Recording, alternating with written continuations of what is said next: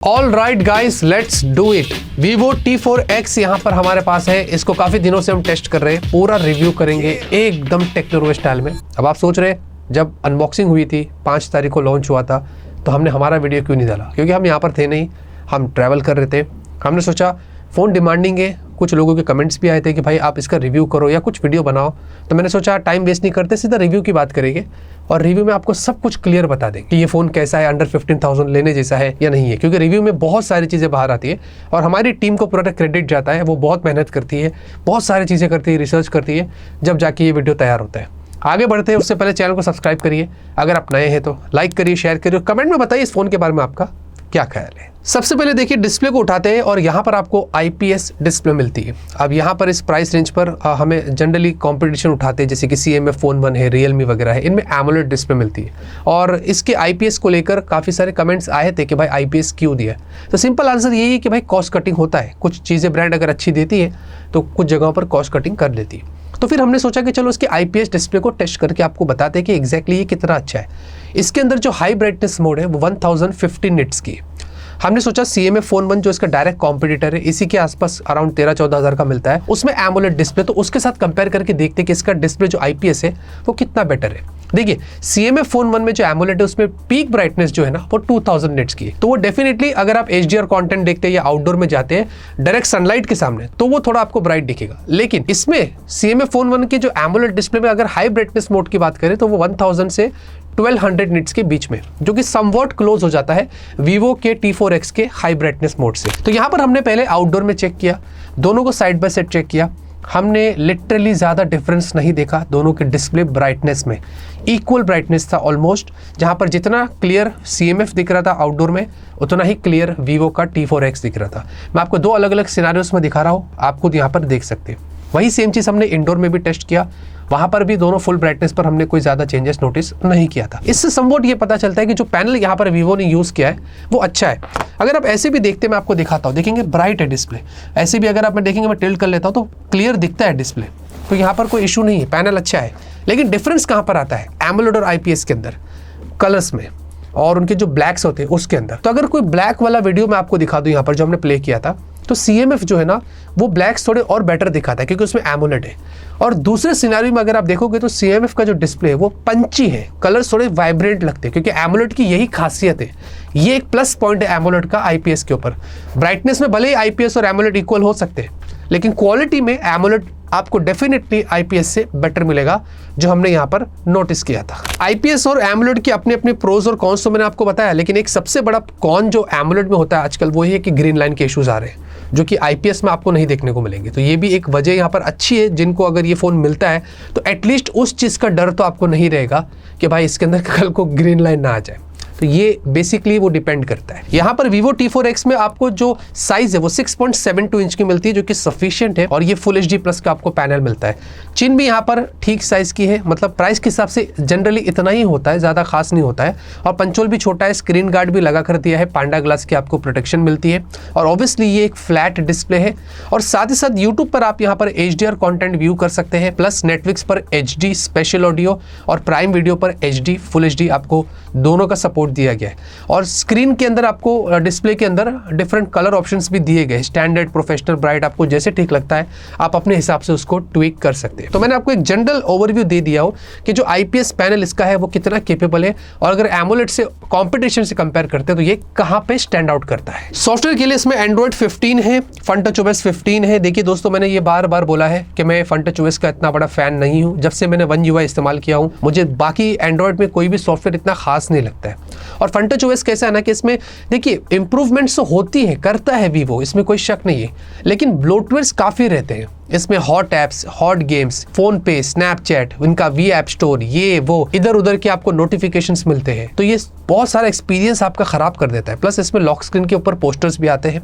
ये सारी चीज़ें आप डिसेबल कर सकते हैं, सारे ऐप्स को अनइंस्टॉल कर सकते हैं, तो इसमें कोई शक नहीं है। तो मतलब आपको फ़ोन लेने के बाद थोड़ा सा काम करना पड़ेगा, जिससे आप अपने सॉफ्टवेयर एक्सपीरियंस को बेटर कर सकते हैं। लेकिन बड़ा फीडबैक हमेशा से मेरा यही है कि अगर पहले से ही ये सारी चीज़ें ना हो तो ज़्यादा बेटर हो। साथ ही साथ आपको 2 साल के ईयरली अपडेट्स और 3 साल के सिक्योरिटी पैचेस मिल रहे हैं, जो कि ठीक है प्राइस के हिसाब से, क्योंकि आपको एंड्रॉइड 15 मिल रहा है तो आपको एंड्रॉइड 17 तक यहाँ पर होपफुली अपडेट्स मिल जाएंगे। वैसे अगर आपको कॉल रिकॉर्डिंग वगैरह करना है तो इसमें स्टॉक डायलर है इनका अपना, तो कोई इश्यूज नहीं है, आप वो कर सकते हैं। और साथ ही साथ इसके अंदर डायनामिक लाइट का ऑप्शन मिलता है incoming calls, notifications, music, battery level के लिए, वो एक थोड़ा सा फीचर दिया गया है जिसका आप इस्तेमाल कर सकते हैं। और जनरली अगर कोई बग्स की बात करें तो वैसे तो हमने कोई मेजर बग्स नोटिस नहीं किया है इसकी यूआई के अंदर, बट स्मूथनेस अच्छी है, थोड़ा सा काम सही से कर लेता है, क्योंकि 120 हर्ट्ज की आपको हायर रिफ्रेश रेट है, जैसे कि डिस्प्ले में मैंने शायद बताना भूल गया, तो यहाँ पर आपको बता रहा हूँ 120 हर्ट्ज की आपको हायर रिफ्रेश रेट, तो यूआई के अंदर भी जब आप स्वाइप्स करते हैं तो वो स्मूथनेस वहाँ पर फील होती है। तो ओवरऑल जितना भी हमने एक्सपीरियंस किया है सॉफ्टवेयर के अंदर अभी तक, तो प्राइस के हिसाब से सही है। बैटरी की बात करेंगे 6500 mAh की आपको बैटरी मिलती है, 44 वॉट का अडेप्टर आपको बॉक्स में दिया गया है। और अच्छी चीज़ ये है कि Vivo T3X में 6000 mAh थी, यहाँ पर उन्होंने सीधे 500 mAh कैपेसिटी को बढ़ा दिया है, बहुत अच्छा लगा मुझे। 6500 mAh की आपको बैटरी मिलती है। पहली चीज तो अभी बात करेंगे चार्जिंग की। जो बॉक्स का चार्जर है, इससे जब हमने चार्ज किया था तो ये 0 to 100% लगभग 1 घंटा 25 मिनट ले लिया। हमारी जो टेस्ट होती है वो थोड़ी ज़्यादा हार्ड होती है, बहुत ज़्यादा हम स्ट्रेस डालते हैं, हम डिस्प्ले को टर्न ऑफ नहीं करते, टर्न ऑन करके ही पूरा चार्ज करते हैं। 50% जो है वो 40 मिनट में हो जाता है और 1 घंटा 25 मिनट लगता है इसको फुल चार्ज होने के लिए। लेकिन जब आप चार्ज करेंगे तो वहाँ पर आपको टाइमिंग और थोड़ी कम देखने को मिल सकती है, क्योंकि डेफिनेटली जब आप लोग चार्ज करेंगे तो वो स्लीप मोड में रहेगा, तो वो थोड़ा और जल्दी चार्ज हो सकता है। हमारा थोड़ा स्ट्रेस होता है, तो ये उसका रिजल्ट मैंने आपको बता दिया। बैटरी ड्रेन टेस्ट की बात करते हैं, ये सबसे इंपॉर्टेंट चीज़ है। हमने 2 अलग अलग सिनेरियोस में इसकी बैटरी ड्रेन टेस्ट करी है।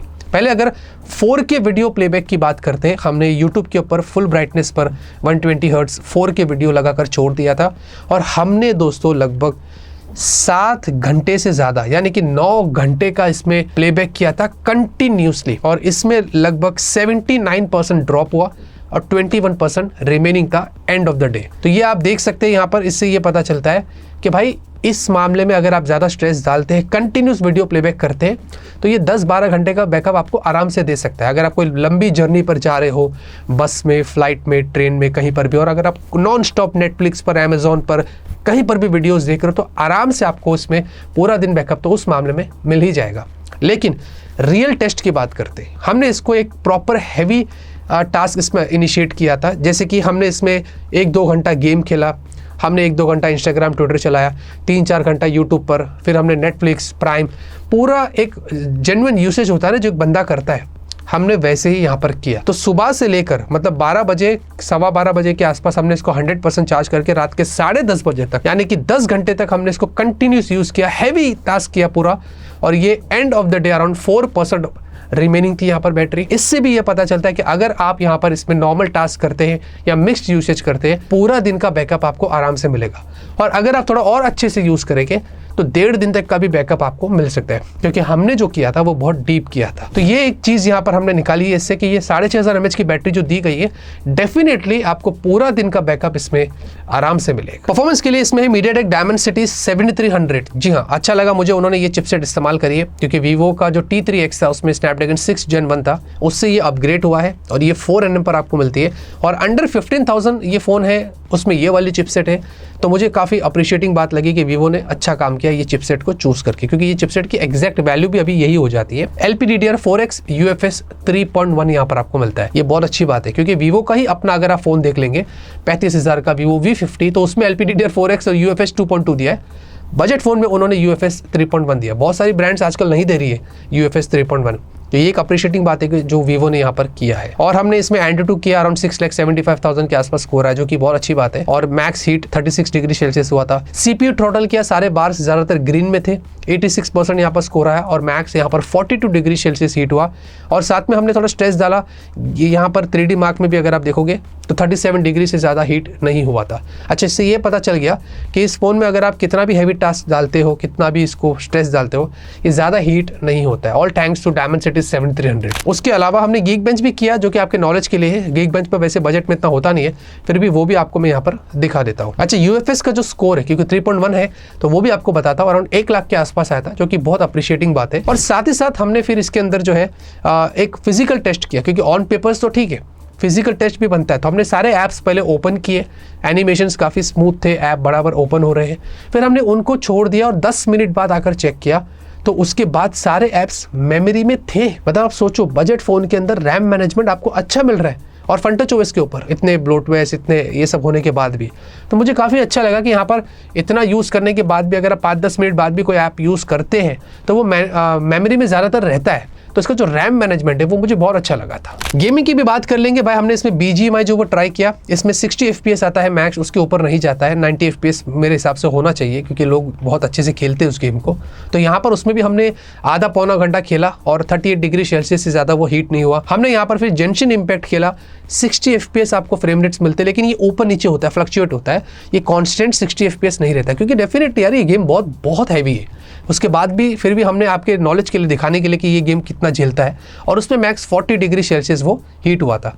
हमने फ्री फायर, ये भी काफ़ी सारे लोग खेलते हैं, हमने सोचा उसको भी टेस्ट करते हैं, और उसमें भी 60 FPS का सपोर्ट था और मैक्स 38 डिग्री सेल्सियस वो हीट हुआ था। तो सारी चीज़ें अगर इकट्ठा कर ले और एक चीज़ बाहर निकाले तो इस फ़ोन में आप अच्छे से एक तो गेम्स खेल सकेंगे, डिपेंड करता है आप कौन सा गेम खेल रहे हैं, मीडियम टू हाइपर सेट करके, और दूसरी चीज़ कितना भी स्ट्रेस डाल दो ये फ़ोन ज़्यादा हीट नहीं होता है। तो परफॉर्मेंस जो है आप हैवी कर लो, मिक्स्ड कर लो, जैसा ठीक कर लो, ये सब कुछ झेल सकता है। कैमरे की बात करेंगे, 50 मेगापिक्सल प्राइमरी सेंसर है, साथ में आपको 2 मेगापिक्सल का अलग से एक सेंसर दिया गया है जो कि अल्ट्रावाइड सेंसर यहाँ पर नहीं है। डेफिनेटली आपको पता है अभी 20,000 की रेंज में ब्रांड अल्ट्रावाइड नहीं दे रही है, तो एक 15,000 के नीचे वाले फ़ोन से क्या एक्सपेक्ट करेंगे आप। बाय द वे आपको 4K 30 FPS पे मैक्स वीडियो मिलता है रियर में, लेकिन कोई भी OIS नहीं है, आपको EIS मिलता है, ये आपको समझना है। और सेल्फी 8 मेगापिक्सल की, और यहाँ पर max full HD video 30 FPS पे आप शूट कर सकते हैं। अच्छा, पोर्ट्रेट में आपको कोई जूम नहीं दिया है, सिर्फ नॉर्मल फोटो में आपको 1x और 2x मिलता है, और मैक्स फोटो में आप 10 टाइम्स जूम कर सकते हैं डिजिटली, और वीडियो में भी आप 10 टाइम्स डिजिटली जूम कर सकते हैं। और स्लो मोशन की बात करें तो 720p 120 FPS पे आपको स्लो मोशन मिलता है, ठीक ठाक से आप स्लो मोशन वीडियोस यहाँ पर निकाल सकते हैं। मतलब एक 15,000 के नीचे वाले फोन में क्या ही एक्सपेक्ट करेंगे।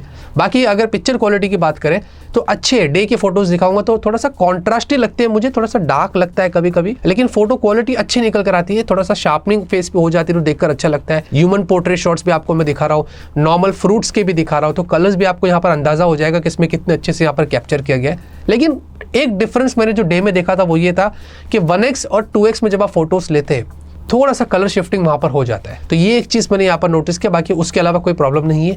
और सेल्फी भी देखेंगे डे में तो अच्छी है, कहीं कहीं एज डिटेक्शन में थोड़ा सा इशू रहता है, लेकिन ओवरऑल जो फोटो निकल कर आए हैं सेल्फी के वो शार्प है, फेस को अच्छे से इसने कलर को मेंटेन किया है, सब कुछ बढ़िया लगा। तो डे में सेल्फी में यहाँ पर कोई प्रॉब्लम नहीं है। लेकिन डे के वीडियो की बात करते तो रियर में जैसे कि मैंने आपको बताया OIS नहीं है, तो आपको EIS मिलता है, तो वो EIS इतना बेटर स्टेबलाइजेशन नहीं देगा, ये सॉफ्टवेयर लेवल होता है। OIS जो होता है वो हार्डवेयर लेवल पर होता है। तो EIS में आप देखेंगे तो वीडियो रियर में थोड़ा शेकी है, ये इतना खास नहीं है, तो ये बेटर किया जा सकता है, अगर ब्रांड अपडेट से पुश करे तो हो सकता है। और सेल्फी वीडियो भी देखेंगे तो क्वालिटी अच्छी है, लेकिन थोड़ा शेकी लगता है मुझे, जो मैंने यहाँ पर डे के वीडियोस में नोटिस किया था। नाइट की बात करेंगे तो भाई देखिए, नाइट में मुझे फोटोज इतने खास नहीं लगे, ठीक ठाक फोटोज है, लेकिन एक चीज मुझे अच्छी लगी कि उन्होंने फ्लेयर्स को बहुत अच्छे से मेंटेन किया है, कंट्रोल्ड किया है, जो कि बहुत सारे मिड रेंज फोन्स भी नहीं कर पाते। बट यहाँ पर ये मैंने इसमें देखा था जो यहाँ पर आपके सामने है। बाकी नाइट के जो रियर फोटोज है, ह्यूमन पोर्ट्रेट वगैरह ठीक लगे मुझे, और सेल्फी भी देखेंगे तो ठीक ठाक से आपको मिलती है। और नाइट में डेफिनेटली मैं आपको वीडियो तो रेकमेंड करूंगा ही नहीं, क्योंकि बड़े से बड़े फोन्स मार खा जाते हैं, तो बजट में क्या ही यहाँ पर नाइट में वीडियो निकालेंगे। अब एक 15,000 का फोन आप खाली कैमरे के लिए बोलेंगे मैं ले रहा हूँ, तो ऐसा नहीं चलता है, उसके लिए फिर बहुत सारा इन्वेस्टमेंट होता है और वो अलग तरीके के फोन्स आते हैं। तो मैंने ओवरऑल जितने भी फोटो देखा उसका वो थोड़े बेटर हो सकते हैं, चाहे वो डे हो या नाइट हो। फिर भी मैं आपको गूगल ड्राइव की लिंक डिस्क्रिप्शन में दे रहा हूँ, आप जाकर अपने हिसाब से चेकआउट कर सकते हैं। नेटवर्क कनेक्टिविटी के लिए दोस्तों आपको इसमें मल्टीपल 5G बैंड्स मिलते हैं, लेकिन ज़्यादा नहीं है, सिर्फ 8 5G बैंड्स दिए गए। 10-12 होते तो ज़्यादा अच्छा होता, लेकिन मेन स्ट्रीम कवर्ड है इसमें। जैसे कि हमने एयरटेल और जियो का सिम कार्ड लगाया, 5G नेटवर्क शो होता है दोनों में ही, कोई प्रॉब्लम नहीं है। और डुअल सिम 5G है तो कोई इशू नहीं है। हमने यहाँ पर स्पीड टेस्ट वगैरह करके देखा, डाउनलोड करके देखा 5G पर, तो कोई इशू नहीं है। हमने कॉल भी करके देखा 5G के ऊपर, तो कोई प्रॉब्लम नहीं है। और थोड़ा थोड़ा कभी कभी फ्लक्चुएट होता है 5G से 4G, 4G से 5G, लेकिन ये सब कुछ डिपेंड करता है कि आपके वहां पर टावर कितना स्ट्रांग है। इसीलिए मैं इस पर ज़्यादा फोकस नहीं करता रिव्यू के अंदर, ये सिर्फ ह्यूमन टू ह्यूमन डिपेंड करता है। तो ये चीज़ जो जनरली जितना फिर भी हमने टेस्ट किया उसके ऊपर आपको मैंने बता दी। बाकी आपको इसमें ब्लूटूथ 5.4 है और वाईफाई 6 है, तो वाईफाई की रेंज कनेक्टिविटी इसमें काफ़ी अच्छी है। लेकिन कभी कभी जो है ना वाईफाई के जो बार्स होते हैं वो थोड़े कम हो जाते हैं अगर थोड़ा सा आप दूर होते हो तो ये थोड़ा और बेटर हो सकता है। और जो ब्लूटूथ कनेक्टिविटी हमने TWS वगैरह लगा कर देखा, लेटेंसी लिपसिंग वगैरह जो होती है वो सब कुछ सही लगा। तो ब्लूटूथ के अंदर मुझे लगता नहीं कि आप ईयरफोन्स वगैरह लगा के यूज करो तो कोई प्रॉब्लम होगी। वाइड वन L1 है, कैमरा टू API और जितने भी जो सेंसर्स है उन सारे सेंसर्स का सपोर्ट दिया गया है। डिजाइन और बिल्ड की भी बात कर ले भाई, देखिए हमारे पास ये जो कलर है ये पर्पल है, आपको उसके अलावा एक ब्लू कलर भी देखने को मिलेगा। पीछे पॉलीकार्बोनेट है, फ्रेम्स आपको पॉलीकार्बोनेट है, मैट है तो उंगलियों के निशान यहाँ पर इतने नहीं पड़ते हैं। लेकिन जो कैमरा वाला पार्ट है ये ग्लॉसी है, थोड़ा सा मिररिश है, तो आपको फेस भी दिखेगा थोड़ा, इसमें उंगलियों के निशान काफी पड़ जाते हैं। वैसे भी उन्होंने बैक केस दिया है तो वो आप यूज कर सकते हैं, लेकिन बैक केस इसको कवर नहीं करता है कैमरे वाले पार्ट को, तो यहाँ पर इसको आपको बार बार साफ करना ही पड़ेगा। तो ये एक चीज मैंने देखा हूँ। बाकी 8 mm की आपको थिकनेस मिलती है जो अच्छा है, 6500 mAh होने के बाद भी 8 mm की आपको थिकनेस मिल रही है, ये बहुत अच्छा काम किया है ब्रांड ने। और 207 ग्राम्स का है, तो इसका या 207 या 208 डिपेंड करता है। इसका वेट भी जब आप होल्ड करेंगे तो ठीक लगेगा, इतना भी ओवर नहीं लगेगा। बाकी उसके अलावा आपको डुअल स्पीकर से, जिसकी क्वालिटी भी मैं आपको थोड़ा सुना देता हूँ। लेट्स सी बेस कैसा लेता है। ओके अच्छा, ये 100% पर है, ये 200 400